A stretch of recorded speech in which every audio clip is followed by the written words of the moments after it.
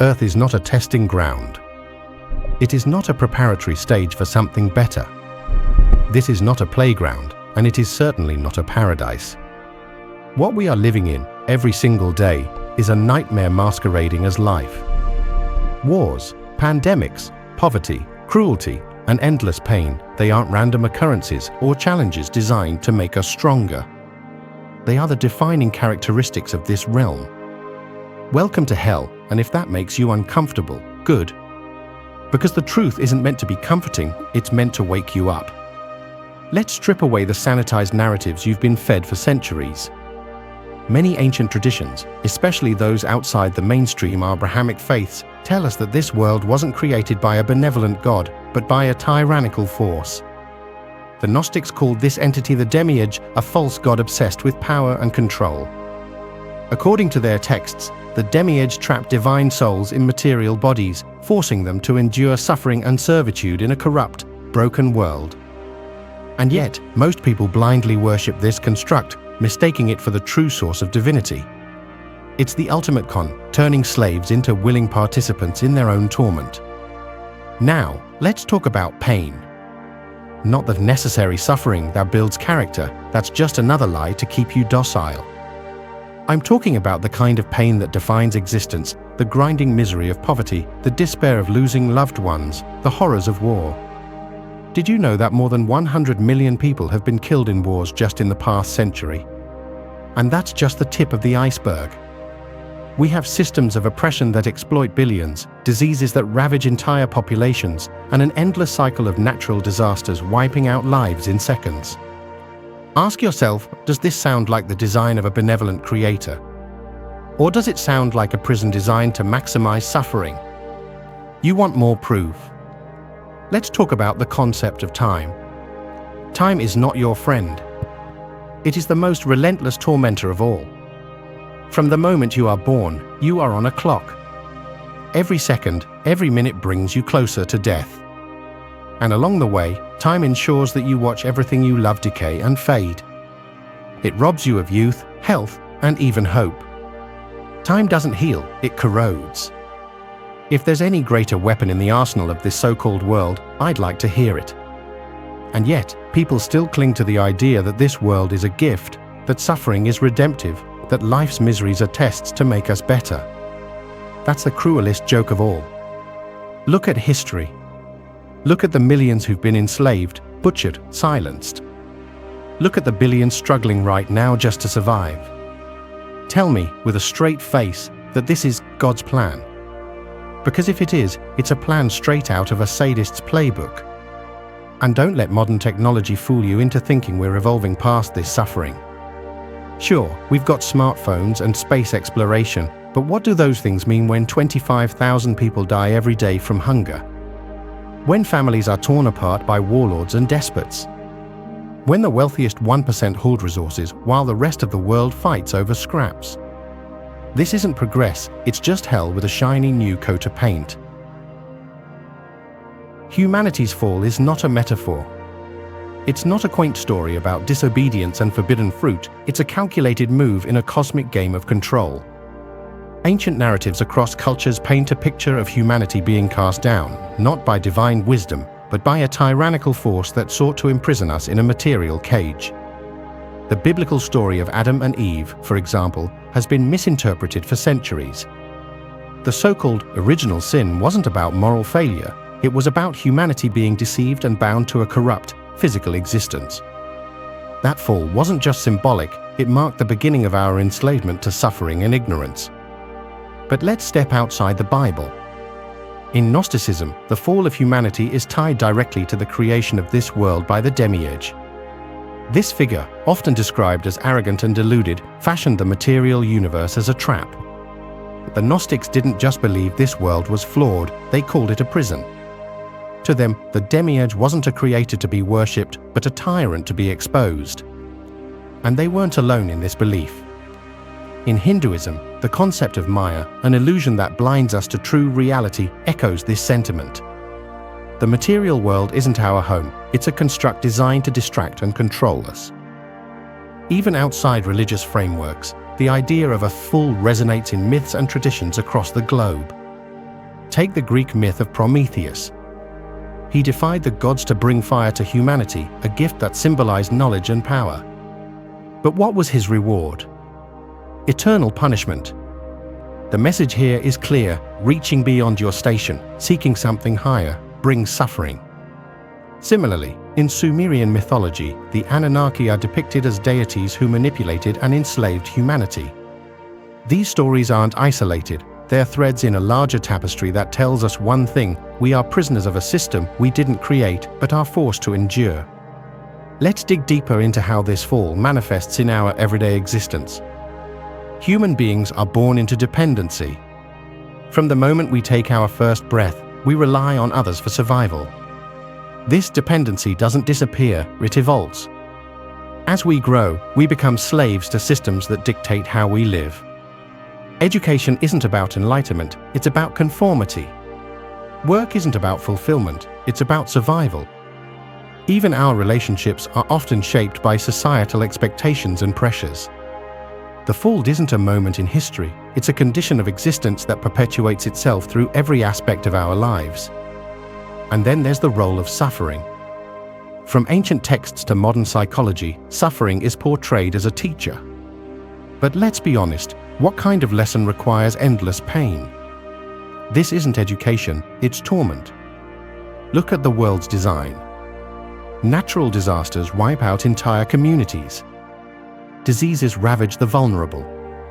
Violence is not an aberration, it's a constant. The system doesn't just allow suffering, it thrives on it. And the idea that this is all part of some grand, divine plan? That's the ultimate gaslight. Historically, humanity's attempts to rise above this condition have been met with brutal opposition. Revolutions are crushed. Innovators are silenced. Visionaries are labeled heretics or lunatics. Why? Because breaking free from the chains of this fallen state threatens the entire system. The powers that be, whether spiritual, metaphysical, or societal, have a vested interest in maintaining the status quo. The fall of humanity isn't just a past event, it's an ongoing reality reinforced every day by those who benefit from our suffering. This isn't conspiracy theory, it's history. From the burning of the Library of Alexandria to the Inquisition, from colonization to corporate greed, every system of control serves the same purpose: to keep humanity ignorant, divided, and subjugated.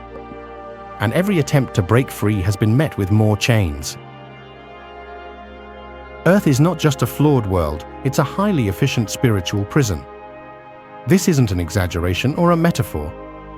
Many esoteric teachings and ancient philosophies describe our reality as a carefully constructed system designed to trap souls. The mechanisms of this prison are not chains or bars, but systems of control so intricate and pervasive that most people don't even realize they're incarcerated. First, consider the cycle of birth and death, often referred to as samsara in Eastern traditions. This cycle is presented as a natural process, a journey of the soul to achieve enlightenment. But some esoteric schools argue that samsara isn't a journey, it's a trap. Souls are forced to reincarnate lifetime after lifetime, with their memories erased. Each time, they're thrust into a new body, facing new suffering, but never breaking free from the cycle. This isn't progress, it's entrapment. Imagine being sentenced to life in a prison where every time you try to escape, you're thrown back into a cell with no memory of your previous attempt. That's the spiritual reality for billions of people. Now let's talk about the architects of this prison. In Gnostic traditions, the demiurge is seen as the warden, but it doesn't operate alone.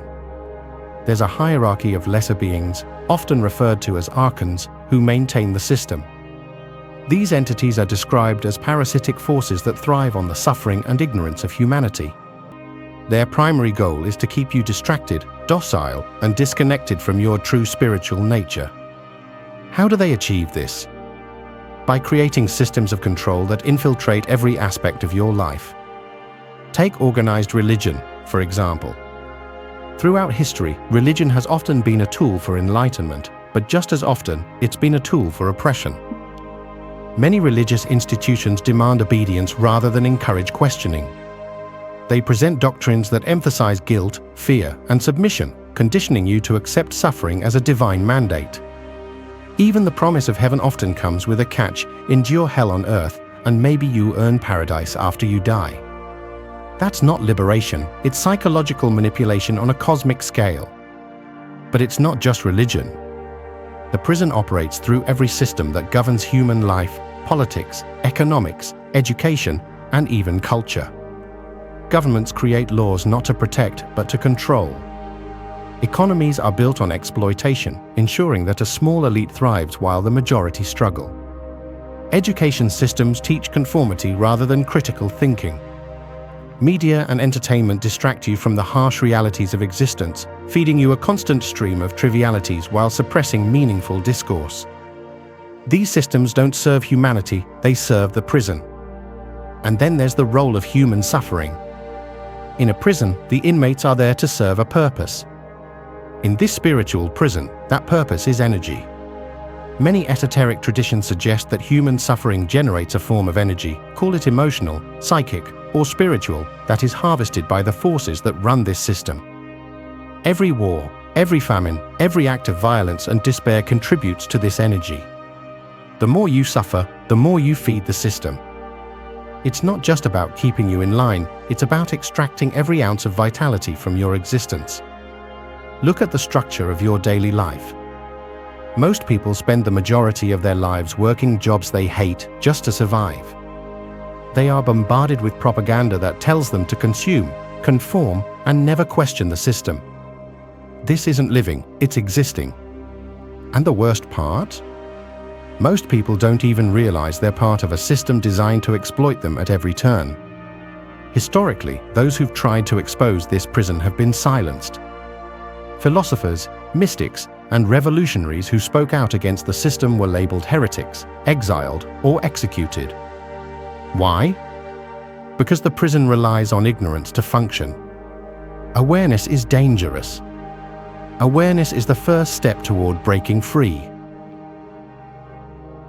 Reincarnation is often sold as a comforting concept, a cosmic do-over where you get another chance to get it right. But let's cut through the feel-good rhetoric and look at what reincarnation really is in the context of this spiritual prison. It's not a second chance. It's not a path to enlightenment. It's a cycle of captivity designed to keep you trapped in suffering and ignorance. In ancient traditions like Hinduism and Buddhism, the cycle of birth, death, and rebirth, called samsara, is central to understanding existence. But these teachings also make it clear samsara is not a blessing. It's a problem. It's described as an endless loop of misery, where every birth brings new forms of pain, new struggles, and new attachments that keep you tied to the material world. Enlightenment, in these traditions, is the escape route, the only way out of this repetitive torment. But achieving enlightenment? That's like trying to solve a puzzle while blindfolded and shackled, because the system is stacked against you. The mechanics of reincarnation are rarely questioned. In esoteric teachings, souls are said to be recycled through lifetimes by forces beyond their control. These forces, call them cosmic administrators, spiritual gatekeepers, or the architects of this prison, erase your memory with every new birth. Why? So you can't learn from your past mistakes. Imagine being thrown into a maze, blindfolded, with no memory of the maze you just navigated. That's reincarnation in a nutshell. And the stakes are high. Reincarnation doesn't just reset your life, it resets your suffering. You're not only forced to endure new struggles, you're also made to repeat old ones.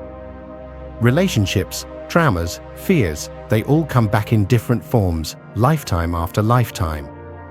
That's why people often experience unexplainable phobias, déjà vu, or instant connections with strangers. These aren't coincidences, they're echoes of the lives you've lived before. But instead of helping you break free, these fragments of memory only add to the confusion. History is filled with teachings about the dangers of this cycle. The Gnostics viewed reincarnation as a deliberate trap set by the demiurge and its minions, designed to keep divine souls tied to the material world. Tibetan Buddhism warns of the bardo, a transitional state between death and rebirth, where souls are lured back into existence by their attachments and fears. Even in ancient Egypt, the concept of the duat, the afterlife, involved navigating a treacherous journey where failure meant being thrown back into the cycle. These aren't tales of liberation, they're cautionary warnings about the machinery of this endless loop. Modern accounts from near-death experiences and past life regressions add another layer to the story. Many people who undergo these experiences describe a light or being that persuades them to return to life, often with promises of fulfilling a purpose or completing unfinished business. But who decides this purpose? Who sets these terms? These narratives suggest that even in death, free will is an illusion. You're guided, or coerced, into returning, not because it's what you want, but because it serves the system. Let's also consider the implications of karma, a concept often tied to reincarnation. Karma is framed as a moral ledger, where your actions in one life determine your circumstances in the next. But think about how this plays out. If you're born into poverty, suffering, or oppression, it's because of bad karma from a previous life. This logic not only justifies inequality, but also traps you in a cycle of guilt and self-blame. Instead of empowering you to break free, karma becomes another tool of control, another mechanism to keep you tied to the cycle. Even the promise of spiritual advancement through reincarnation is a mirage. You're told that each life brings you closer to liberation, but there's no guarantee. Most people live and die without ever questioning the system, let alone breaking free from it. And those who do try to escape are often met with obstacles so insurmountable that their efforts seem futile. The system isn't designed for liberation, it's designed for perpetuation. This world isn't just broken, it's designed to make you suffer, and the most sinister part is that it operates as a shared delusion. The idea of a collective nightmare isn't new. Philosophers, mystics, and even modern thinkers have pointed to the possibility that reality as we know it isn't real in the way we think. It's a construct, a shared hallucination designed to trap us.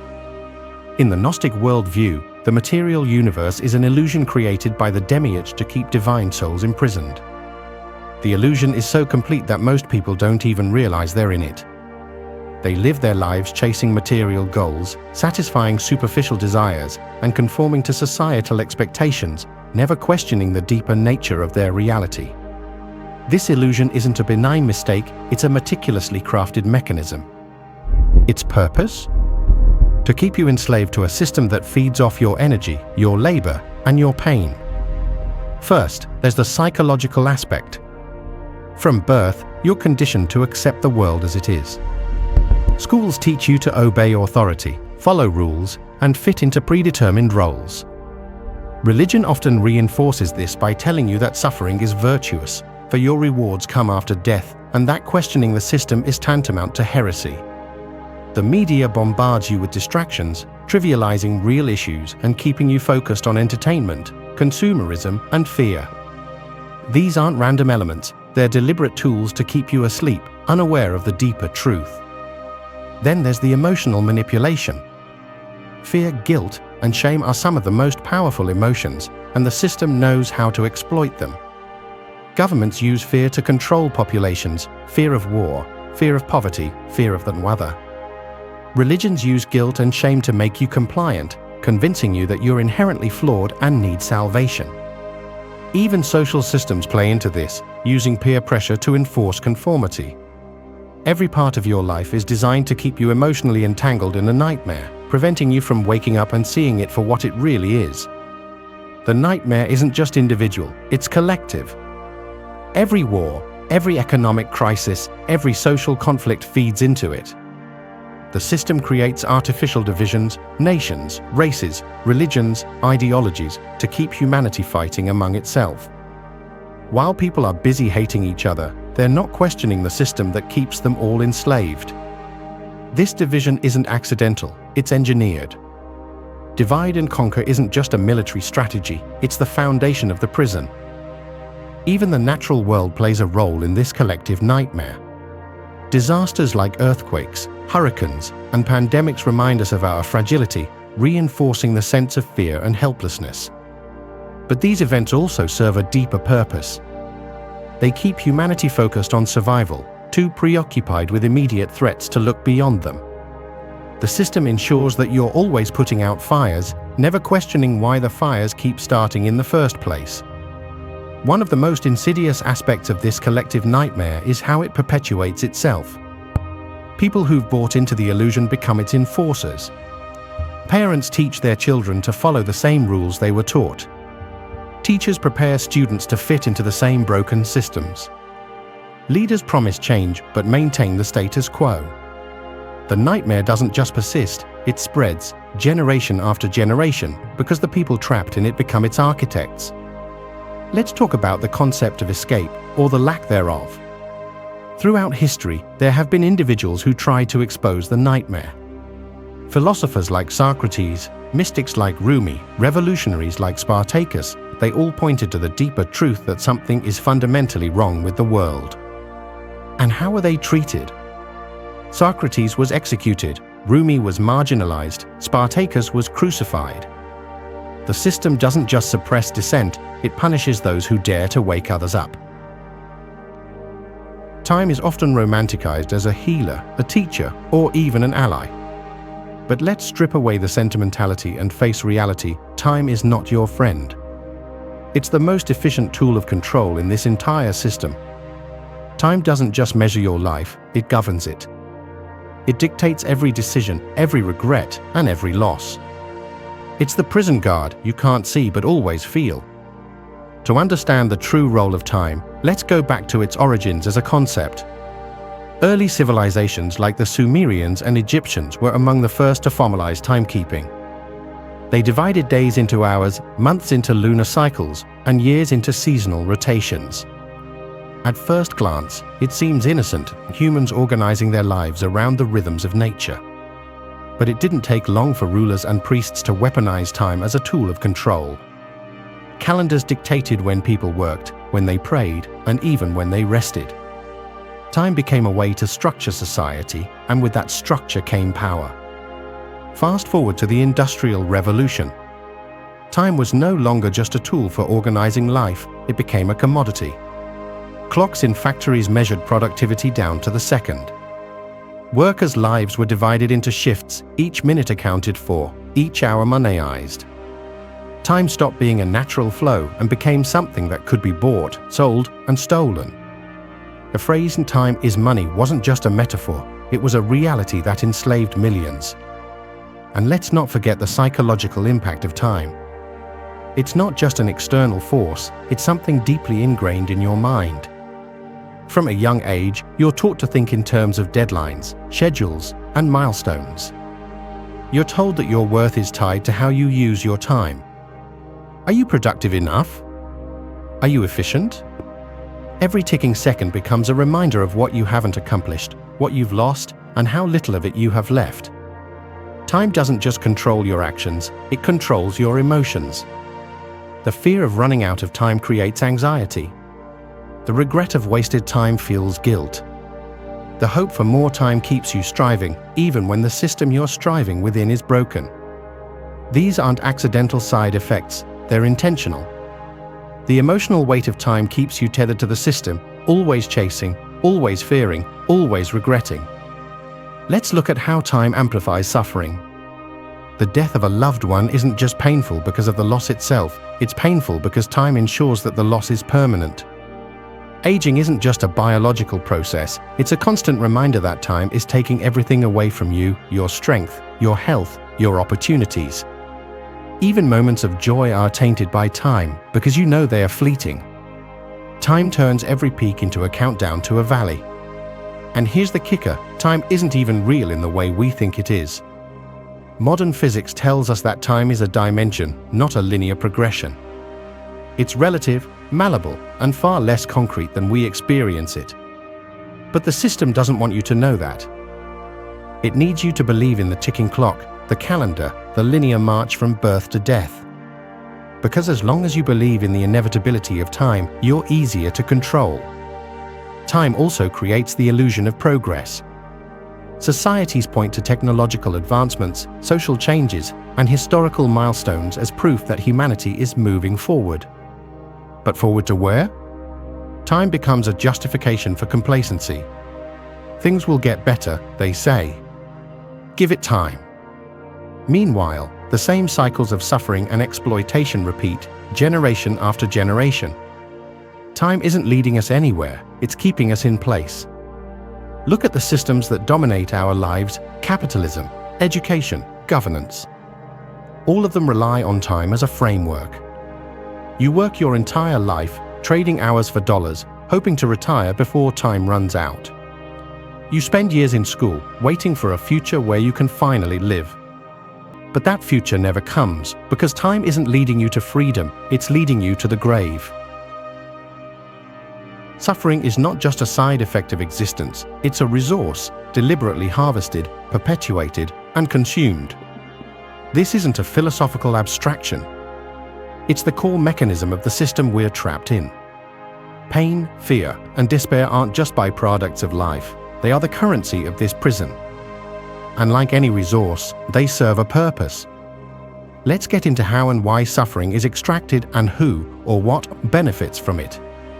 Across cultures and traditions, there are recurring ideas that human suffering generates a type of energy. In esoteric circles, it's often referred to as 𝗧𝗵𝗶𝘀, a spiritual byproduct created by intense emotional experiences. Think about it: war, famine, disease, oppression, these aren't random or isolated events. They're patterns. And patterns don't happen without intent. The constant global suffering isn't just coincidental, it's systemic. Every aspect of life is designed to extract suffering. Governments wage wars that devastate nations. Corporations exploit workers to generate profits. Social hierarchies ensure that billions struggle while a tiny elite hoards resources. But it's not just physical suffering, it's emotional and psychological as well. Media outlets flood us with fear and anger. Social media amplifies envy, insecurity, and loneliness. These aren't side effects of modern society, they're features. Each one adds to the pool of collective suffering, which the system depends on. And here's where it gets even darker: this energy doesn't just disappear. Some traditions suggest that this suffering is consumed, metaphorically or even literally, by entities that exist beyond our perception. In Gnostic texts, the archons are said to feed off the anguish of humanity, sustaining themselves through the energy generated by our pain. Similarly, some occult theories describe parasitic forces that attach to individuals or communities, drawing power from their emotional turmoil. Whether you interpret this literally or symbolically, the result is the same: suffering is not wasted, it's utilized. Think about the industries that profit from suffering. The pharmaceutical industry thrives on illness, offering treatments but rarely cures. The military-industrial complex grows fat on conflict, with no incentive to end the wars that sustain it. Even charities often perpetuate the problems they claim to solve, creating cycles of dependency rather than solutions. These aren't accidents, they're strategies. Every act of suffering fuels a system that profits from human misery. Historically, this isn't new. Ancient civilizations engaged in mass sacrifices to appease their gods, spilling blood in exchange for favor or fertility. But what if those sacrifices were less about appeasement and more about feeding something? Today, we don't build altars or temples, but the sacrifices continue, only now they're dressed up as necessary evils. Poverty, injustice, and violence are framed as inevitable, just part of how the world works. But inevitable for whom? Not for the ones benefiting from it. Even on a personal level, suffering is extracted.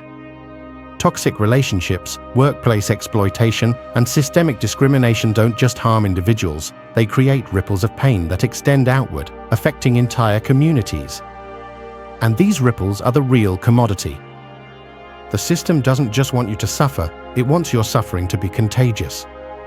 That's why the news focuses on disasters and tragedies, why social media algorithms amplify outrage, and why economic systems reward inequality. Misery loves company, and this system ensures there's plenty to go around. Let's talk about energy. Science tells us that energy can't be created or destroyed, it only changes form. Now apply that to suffering. Emotional pain, grief, and despair are forms of energy. When you cry, scream, or break under the weight of life's hardships, that energy doesn't just vanish. It goes somewhere. And if the system is designed to maximize suffering, you can bet there's a reason for it. This isn't just speculation. Look at the scale of suffering on this planet. Billions of people live in poverty. Millions are displaced by war. Entire ecosystems are destroyed for profit. This isn't chaos, it's coordinated. The suffering of the many fuels the comfort of the few, creating a pyramid where the pain at the base sustains the luxury of the top. And at the very top, the unseen forces or systems that thrive on the extraction of suffering. Throughout human history, myths have served as more than just stories. They were warnings, coded messages passed down through generations to help us understand the true nature of reality. And when you start digging into these myths, a pattern emerges, a recurring theme of endless struggle, punishment, and entrapment. These aren't tales of hope, they're accounts of a system designed to keep humanity enslaved. Let's start with one of the most famous myths in Greek history, Sisyphus. He was condemned by the gods to roll a boulder up a hill for eternity, only to have it roll back down every time he neared the top. It's often interpreted as a metaphor for futility, but look deeper. Sisyphus isn't just enduring physical labor, he's trapped in a system where every effort is designed to lead to failure. Sound familiar? It's the same dynamic that plays out in our lives. Struggle all you want, against debt, against inequality, against systems of oppression, and the boulder keeps rolling back down. Then there's the story of Prometheus, the titan who gave fire to humanity. His reward? Eternal torture. Every day, his liver is eaten by an eagle, only to regenerate overnight so the process can repeat. Why was Prometheus punished so harshly? Because he tried to break the system. He gave humanity a gift that challenged the gods' monopoly on power. His story isn't just about rebellion, it's about the cost of defiance in a system that thrives on control. Even ancient Egyptian mythology hints at this. The concept of the 𝗔𝗧𝗪𝗥, the Egyptian underworld, wasn't a peaceful afterlife. It was a treacherous landscape filled with obstacles and dangers that souls had to navigate to reach eternal rest. Fail, and you'd be devoured by 𝗪𝗥𝗥𝗟𝗏, a fearsome deity. Success wasn't guaranteed, and the journey was fraught with peril. These aren't stories about liberation, they're stories about a system that makes escape nearly impossible. But this isn't just ancient history. The same themes of entrapment and struggle are embedded in modern narratives, whether we realize it or not. Take the American dream, for example. It's marketed as a promise, work hard, and you can achieve anything. But for most people, it's a myth that keeps them grinding endlessly for a goal they'll never reach. It's the same pattern as Sisyphus, just dressed up in capitalism and consumerism. The boulder is now a mortgage, a student loan, or a dead-end job.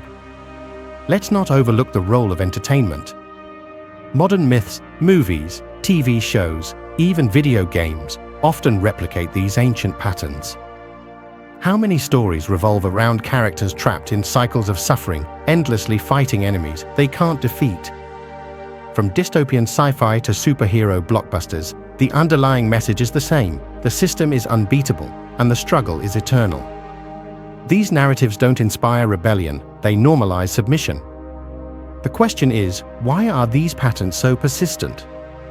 Why do they show up across cultures, across time, in every corner of the globe? It's because they are not just stories. They're reflections of the system itself.